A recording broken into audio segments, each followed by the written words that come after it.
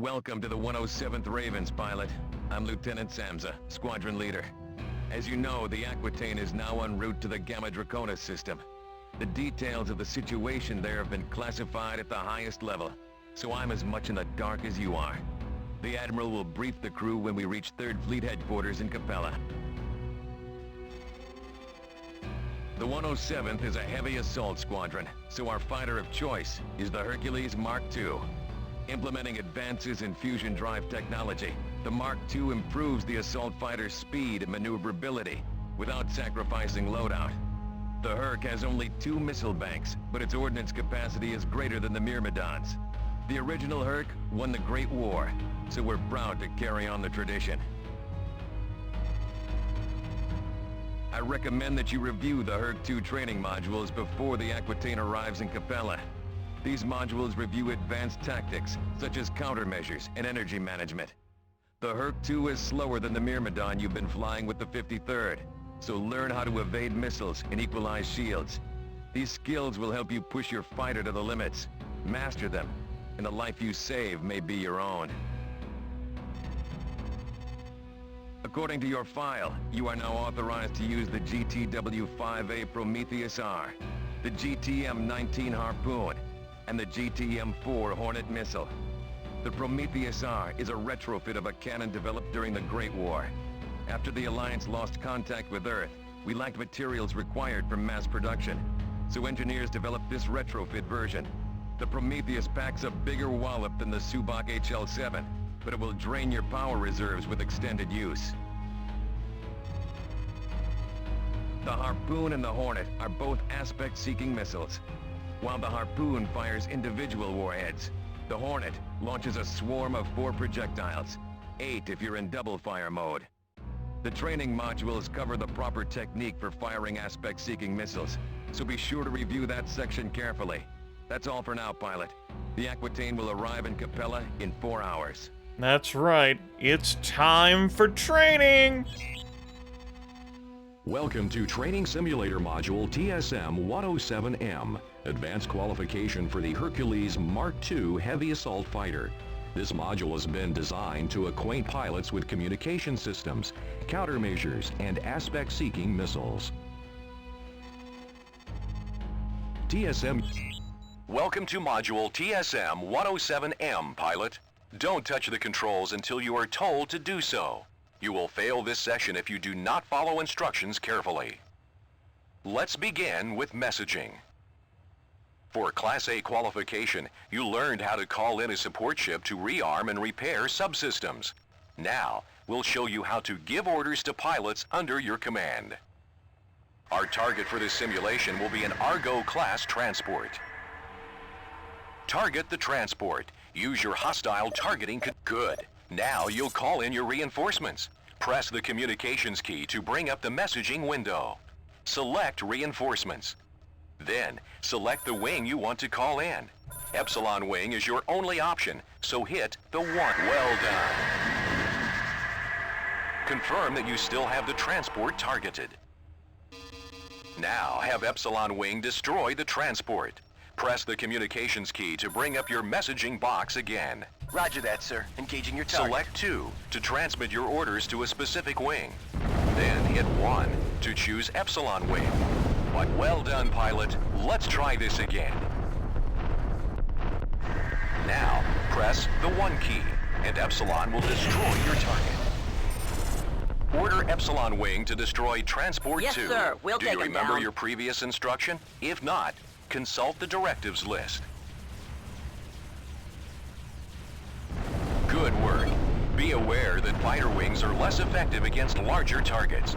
Bombers or vessels with beam turrets are usually required to destroy warships larger than cruiser class.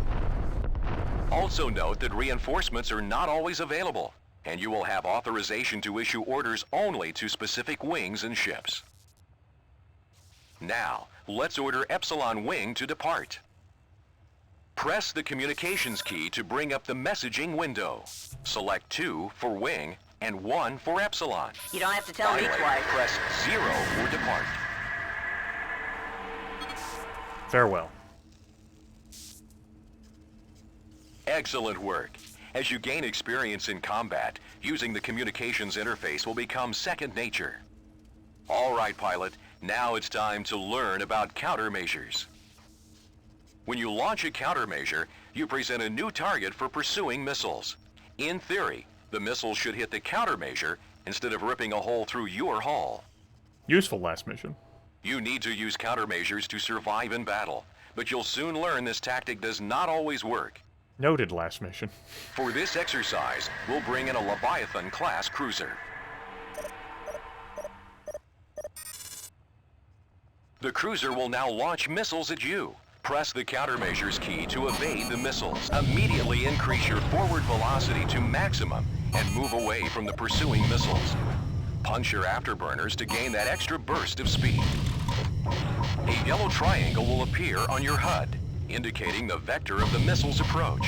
Try to keep this indicator in the 3 or 9 o'clock position. When the missile is nearly upon you, launch the countermeasure. Listen to the beeping sound of the missile lock to gauge the distance of the missile. The quicker the beeps, the closer the missile. While launching countermeasures, turn your fighter hard in sharp movements. This will also help throw the missile off your trail. If you evade the missile, an indicator will display in the upper portion of your targeting reticle. This will alert you to the fact that you successfully avoided the projectile. The number of countermeasures remaining is indicated on your HUD below the weapons display. If you run out of countermeasures, call in the support ship to reload. We good, boss?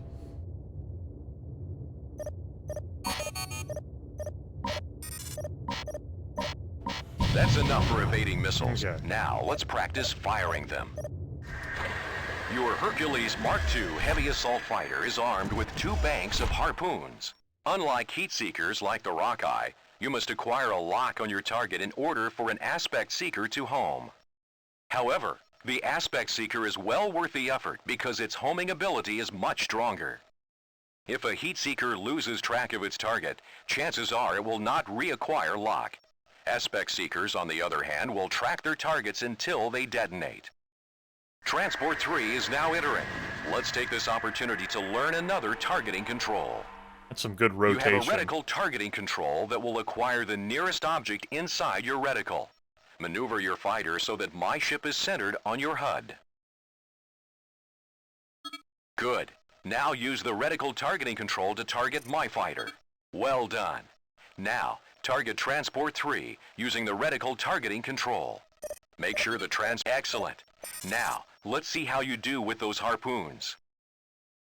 Notice the red indicator moving towards your target. That's the aspect triangle. Once it is moved onto your target, you'll see the lock indicator. This means your harpoons are locked and ready to fire. Now, fire 1 harpoon at the freighter. Note how fast the harpoon moves. This warhead delivers quite a punch.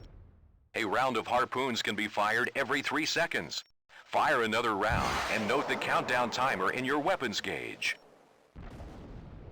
The harpoon is almost useless if fired before lock has been acquired. That's a major distinction between the harpoon and the Rockeye. Now, unload your harpoons until you've destroyed Transport 3.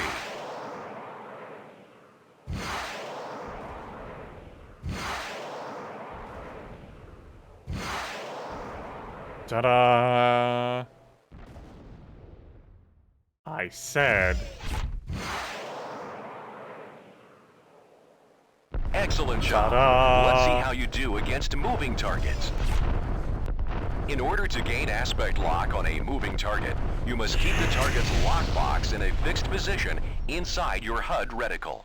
We'll now bring in the fighter drones. When the first drone enters, target it and acquire lock. Try to keep the target indicator in the center of your HUD reticle. Once you have acquired lock, fire a harpoon. Well done. All aspect seekers function this way, from the Hornet missile to the Helios torpedo. In general, the larger and more powerful the warhead, the longer it will take to acquire lock and countdown between volleys. Absolutely true. Now, let's have you face a real challenge. Multiple wings will appear simultaneously. Destroy them all. You must be in range of your target before you can gain aspect lock. Hit your burners to intercept the drones.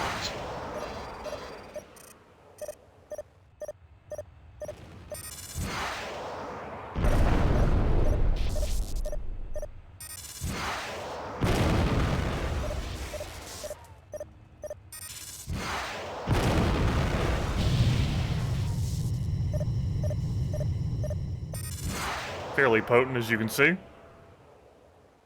Well done. This concludes Module TSM-107M. Engage your subspace drive to end this simulation. We got a little bit more training to go through. This is all important knowledge. Layers of complexity are being added to the game, of course, and this fighter operates Well done, different pilot. than the You have Myrmidon. successfully completed TSM-107M Advanced Qualification for the Hercules Mark II Heavy Assault Fighter. You are advised to proceed to Training Simulator Module TSM-107SE, covering shield management and the energy transfer system. We are a stocky craft. We are much slower. Welcome to Training Simulator Module TSM-107SE, Advanced Qualification for the Hercules Mark II Heavy Assault Fighter. This module has been designed to acquaint pilots with shield management and the energy transfer system. TSM units Let's are get to approved it. for use. Welcome to Module TSM-107SE, pilot. Don't touch the controls until you are told to do so. You will fail this section look at me if you like do that, not accusingly follow and instructions carefully. First, let's take a look at the gauges and controls for your shield system. The Alliance acquired shielding technology from the Shivans during the Great War. Shield systems have been standard on Terran Vasudan fighters and bombers for over 30 years. It's important tech. Your shield system generates an energy shell that protects the hull of your ship from primary fire and missile blasts. As they absorb damage, your shields will weaken. However, your fighter will automatically regenerate its shields over time. Your shield integrity gauge is located in the lower right of your HUD. This gauge is now flashing. Your shield is divided into 4 quadrants. Each quadrant can withstand limited damage. When a shield quadrant sustains damage, the corresponding section of your shield integrity gauge will flash. Observe. Note the front of your shield is flashing as if you've taken a hit. Flashing, yes. Observe how the gauge changes as your shield sustains more damage. When a shield quadrant has been destroyed, all damage on that quadrant will impact the hull of your fighter. Your shields will regenerate themselves automatically. Let's accelerate this process to save time. Now observe as the front quadrant of your shield repairs itself to full strength.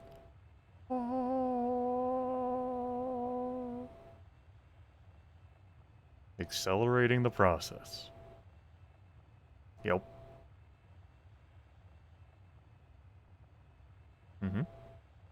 Your shield is now fully recharged. Effective shield management can mean the difference between life and death. The simplest way to manage your shield is the Equalize Quadrants function. I have damaged your front quadrant again. Use your Equalize Quadrants function to repair your shields. Well done. Your front section has been partially recharged. This shield energy came from your other 3 quadrants. Practice this function often. Can be useful. I'm now going to reduce most of your shield strength. Note that 3 of your 4 quadrants are now near 0 power. With your shield management controls, you can maximize shield strength in a specific quadrant. Also very useful. First, maximize the strength in your front quadrant. Well done. Note that your front quadrant is at full strength, while the other quadrants have been drained. Maximizing your front shield quadrant is especially useful when you're attacking the turret of a large ship. Now I want you to maximize your rear shield quadrant.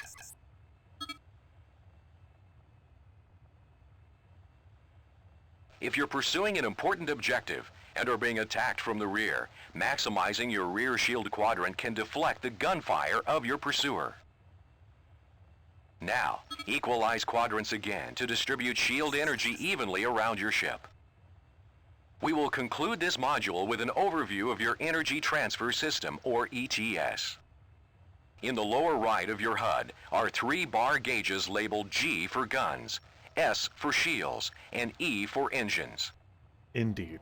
You can use your ETS controls to augment or diminish the energy allocated to each of these 3 systems. First, let's increase your weapon's energy allocation. Observe that as you divert power to weapons, the energy levels for shields and engines drop. The more energy diverted to weapons, the faster your primaries will recharge. Your weapons will not inflict greater damage at higher ETS levels. High-energy cannons, such as the Prometheus, can quickly deplete your weapon reserves. If you require a sustained barrage of gunfire, diverting energy to primaries may be necessary. Now, let's increase your shield allocation. The higher your ETS setting for shields, the faster they'll recharge. Increasing your shield allocation may be critical in combat situations, such as stopping to rearm your fighter or flying through heavy flak. Being in a resupply situation? Now, divert more power to your engines. While enemy vessels are around? Send them out to a death sentence. Increasing power to engines will improve your maximum speed by up to 30%, depending on the fighter's reactor capacity. Your afterburners will also recharge faster, enabling more frequent bursts of speed. For a slower fighter like the Hercules Mark II, increasing engine power may be necessary to chase down more maneuverable targets or cover large distances quickly. Oh, will it be necessary? Well done. This concludes Module TSM-107-SE. Engage your subspace drive to end this simulation. I hope you've enjoyed our story break, everyone. That's it for training. For now.